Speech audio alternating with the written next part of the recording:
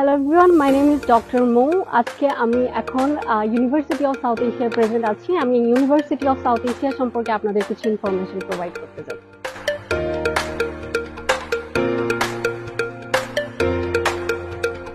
আমাদের university USA recognise from WHO, BMDC, MCI and BMDC।